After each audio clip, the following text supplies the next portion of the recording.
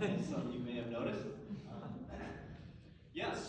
My name is Michael Chung. I am a lowly physics student in Dr. Juan Guan's lab, we specialize in quantitative imaging. We mix that with molecular biotechniques and physics. You know, I'm always like the awkward man out here to tackle problems in cancer biology. So this project is a collaboration with Dr. Elias Sayer group. So he has this special mRNA vaccine formulation, but they wanted help with our quantitative imaging techniques to kind of uncover what's happening. So I have some pretty pictures and videos for you guys today to hopefully grab your attention. All right, so first and foremost, mRNA vaccines are a potent therapeutic. So for anybody who's heard of COVID, they've been very successfully employed against the whole pandemic. But maybe what is less well known is that they're a very promising platform for cancer immunotherapy.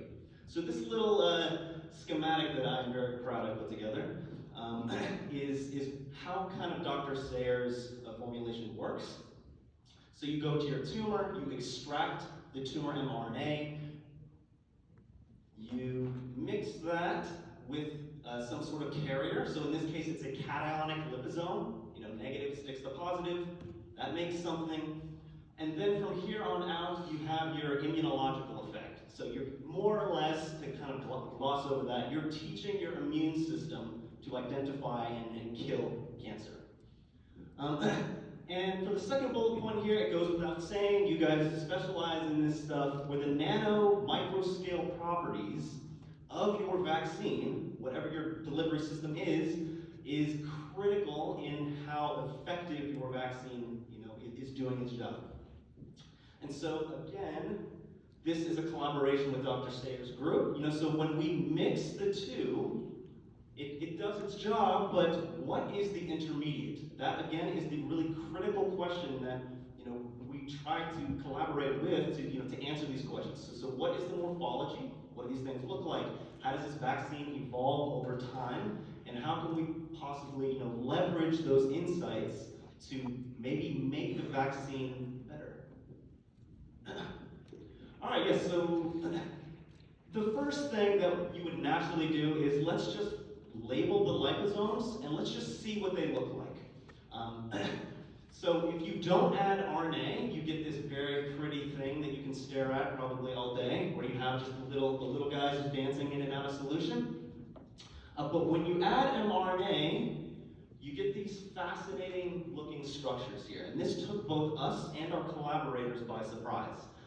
So instead of just maybe sticking or directly encapsulating, we get these large branch-like looking things, and this is a Z-stack, so going up in Z dimension where you see these funky looking arm structures there.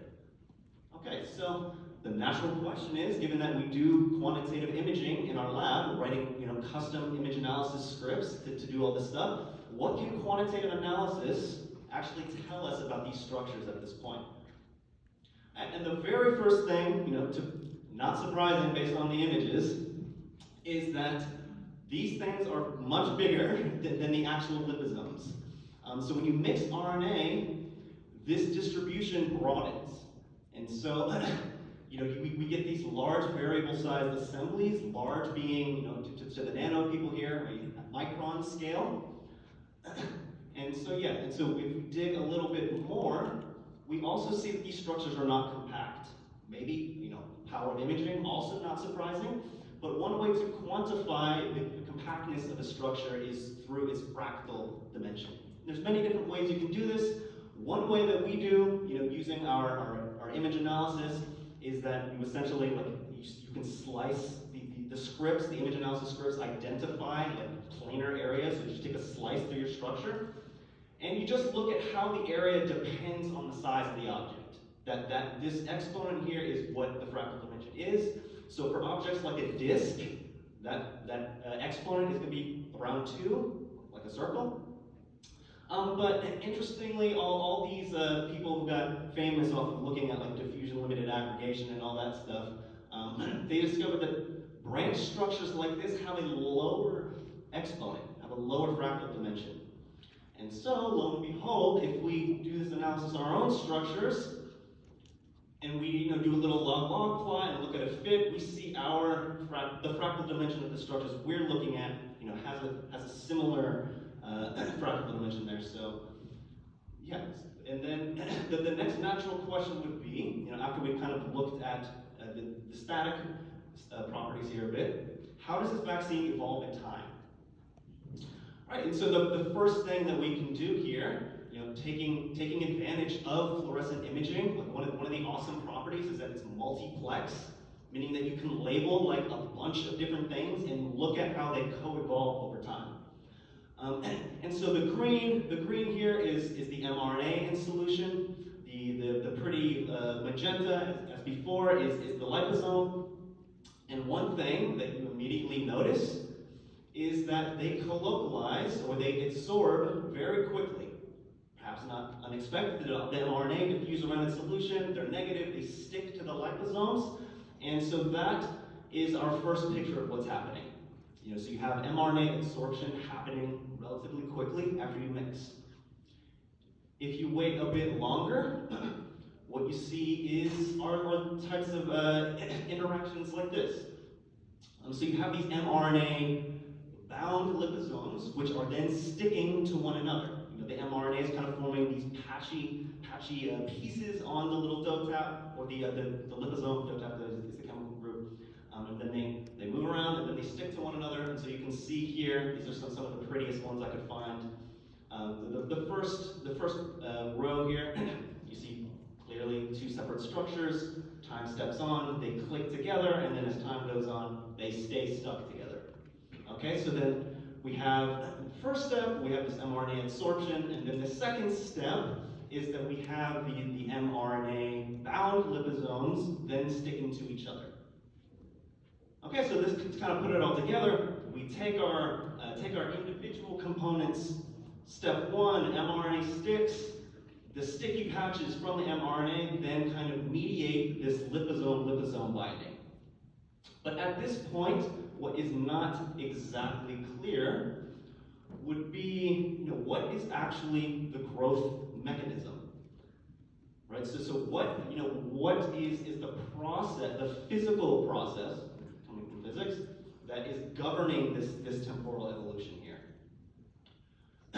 Okay. And so from classical growth models, they're very straightforward. There's really two time scales that you have to be considering.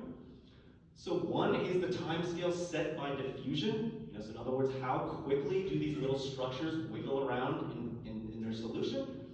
And then the other time scale that you want to consider is the reaction time scale.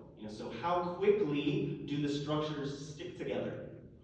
And interestingly, if your growth mechanism is diffusion limited, then what that means is that it takes them much longer to move around than to stick. So essentially, once they meet each other, they stick together very, very rapidly. And interestingly, this has a very definite prediction on what the actual scaling law of the size with time is. Okay, and then if we take a look at some temporal evolution here, what we see, if we compare the scaling law, size of time, with the scaling law that we would see based on our image analysis, it fits very well. So it looks like we have a diffusion limited growth mechanism here. So they stick, once they meet, they stick very quickly with this mRNA absorption. Okay, so then a very interesting question pops up here is that by tuning concentration, can we affect the temporal evolution of your vaccine?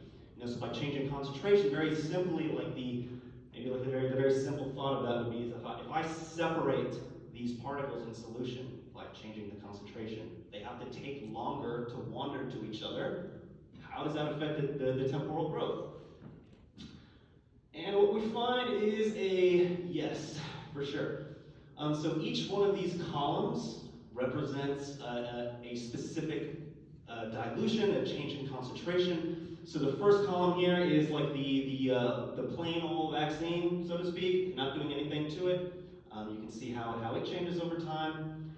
The second column would be a concentration, so a twofold dilution.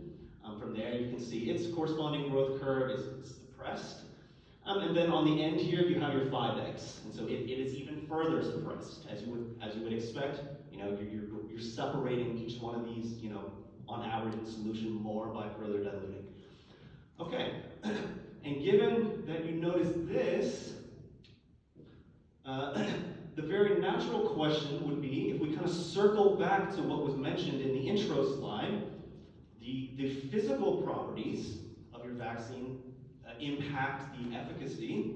Okay, we can roughly control for that with concentration changes, doing nothing more than changing that single parameter. So how do these guys kind of stack up against each other when they actually are interacting with cells? Okay? Oh, and to do that, we made our need some sort of readout. So we made our nanoparticles with an mRNA that encodes a fluorescent protein. And so what you're looking for as like a success is a glowing cell. And what you'll see here is, I'm proud of this.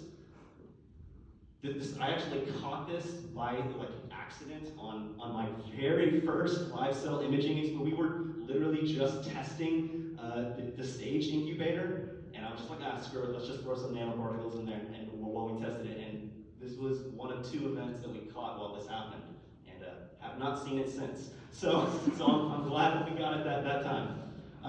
But yeah, so this is what we're looking for here. And this guy actually divided too, so that's also cool. Okay, and so the big thing here, and one of the most interesting, I guess, finds from doing all of this is that we did see a change. And so these dilutions, by controlling for size has an impact on vaccine efficacy. It looks like it had an impact, you know, measuring the fluorescent cells by flow cytometry. That if you look at your 1x, you got this guy here, and if you look at your dilutions, they look like they do twofold better than the unchanged, the original vaccine formulation in vitro. So it's fascinating to think that, you know, just changing one physical parameter based on your imaging and your physical insights can have a measurable effect when you look at the biology. Okay, yeah. So the conclusions here quickly is that, you know, our high resolution, you know, quantitative imaging here kind of revealed what the growth mechanism would be.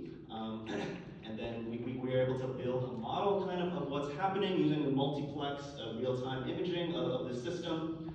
Concentration controls the temporal evolution, roughly, and then also those changes in concentration can modulate the mRNA delivery of the vaccine in vitro.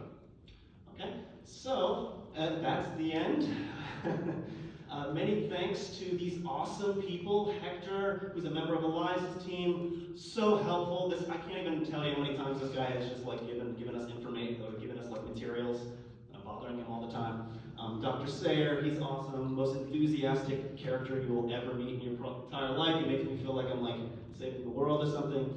And then my PI, Dr. Joan.